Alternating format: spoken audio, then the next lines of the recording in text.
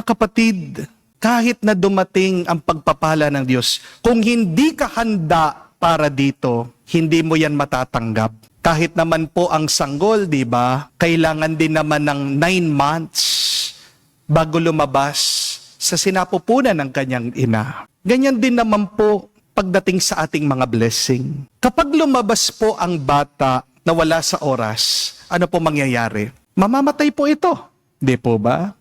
Ganyan din pagdating sa blessing ng Panginoon. Kapag hindi pa oras at pinilit mo na makuha mo yan, ang pagpapala ng Diyos ay mawawala din agad.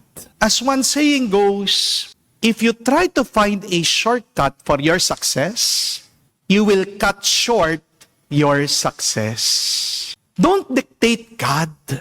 Respect God's appointed time. Because as the Bible says, there is a time and season for every purpose under the heaven. Huwag kang magmamadali, kapatid. Huwag kang magmamadali na agad bumili ng bahay. Huwag kang magmamadali na makapagbakasyon.